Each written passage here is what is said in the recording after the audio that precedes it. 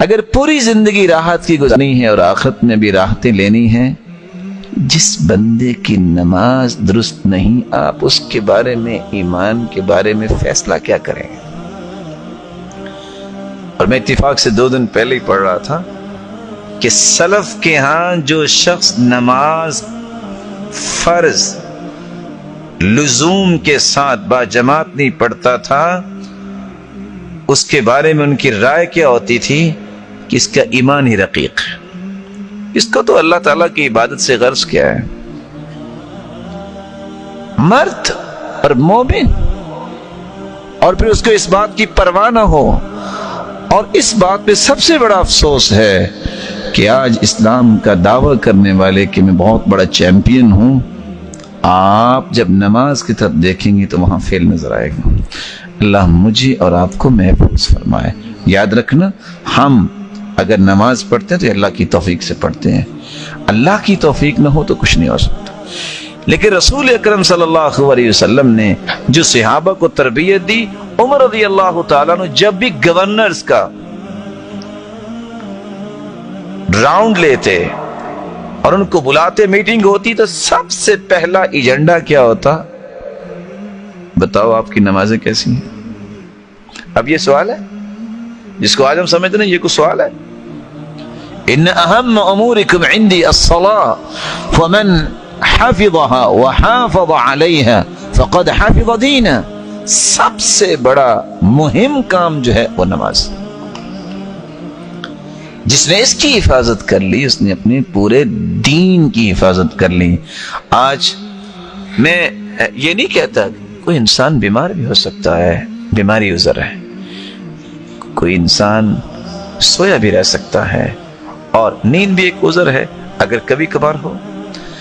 لیکن ہم کیا کہتے ہیں؟ اف آج نہ الارم نہیں لگا سکا۔ کیا اللہ کے رسول کے زمانے میں صحابہ کے پاس ٹی وی تھا؟ بولیے، موبائل تھا، ٹائم پیس تھا، الارم تھا؟ کیسے اٹھتے تھے؟ سب کچھ تھا تو یہاں تھا، دل کے اندر ایمان تھا، شعور تھا۔ ایک بچہ آیا آ کے کہتا ہے ڈاکٹر کو کہ مجھے نیند بہت آتی ہے، کوئی دوائی بتائیں نیند نہ آئے۔ اس نے ایک مرتبہ دیکھا اور دوائی لکھی اس کے ہاتھ میں دے دی۔ وہ جا کے میڈیکل سٹور میں کہتا ہے جی یہ دوائی دے دے۔ اس نے بھی پڑھا تو یہ مسکرا کے کہتا ہے بیٹا یہ دوائی کس چیز کے لینا چاہتے ہیں؟ کہتے وہ ڈاکٹر کے پاس گیا تھا کہ نیند بہت آتی ہے۔ کہا پتہ یہ کیا لکھا ہے؟ کہتے کیا لکھا ہے؟ کہا شعور زندہ ہو تو نیند نہیں آتی ہے۔ اس کا شعور مر چکا ہے، اس کو کسی چیز کی پرواہ نہیں ہے۔ اس لیے امت کا شعور بیدار ہونا چاہیے۔ میری نماز نہیں تو میرا ہے کیا؟ رسول اکرم صلی اللہ علیہ وسلم نے، اس لیے صحیح بخاری کی روایت سمرہ بن جندب کی روایت ہے کتاب تعبیر الرؤیا کے اندر، کہ میں نے جب دیکھا ایک شخص بیٹھا تھا اور ایک شخص کے سر پہ ایک فرشتہ پتھر مار رہا تھا اور اس کو کچل رہا تھا۔ میں پوچھا یہ کون ہے؟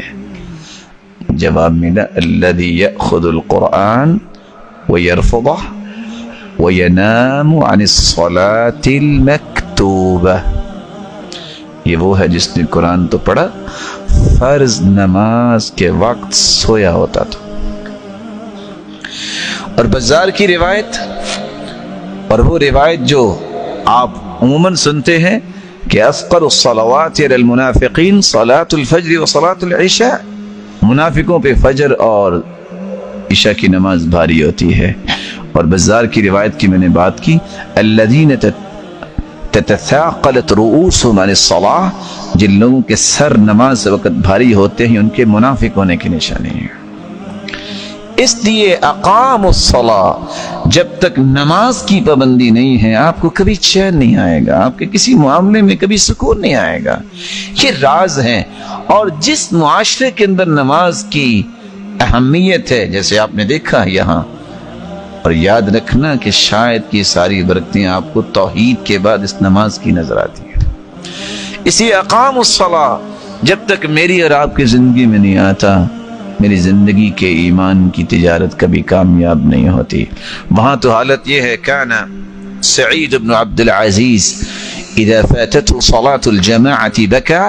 سعید بن عبد العزیز کی نماز جب رہ جاتی تو بیٹھ کے رونے لگ جاتے. لوگ کہتے کیا ہوا؟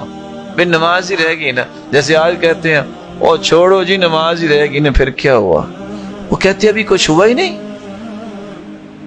اور خصوصاً عصر کی نماز، رسول اکرم صلی اللہ علیہ وسلم نے فرمایا فَكَأَنَّمَا وُتِرَ أَهْلُهُ وَمَالُهُ. اس کی عصر کی نماز رہ جائے، وُتِرَ أَهْلُهُ وَمَالُهُ، وہ ایسا ہے اس کی زندگی کا اندر جو بھی مال ہے سارا برباد ہو گیا، اور اس کے خاندان کا ایک بچہ بھی نہیں بچا، سارے مر گئے. اتنا نقصان اس کا ہو گیا. اور انسان کہے کہ میرا نقصان ہی نہیں ہوا. لیکن یاد رکھنا، میں اور آپ انسان ہونے کے ناطے سے کمزور ہیں. اللہ سے مدد بھی مانگا کریں کہ اللہ ہمیں ہمت دے، توفیق دے.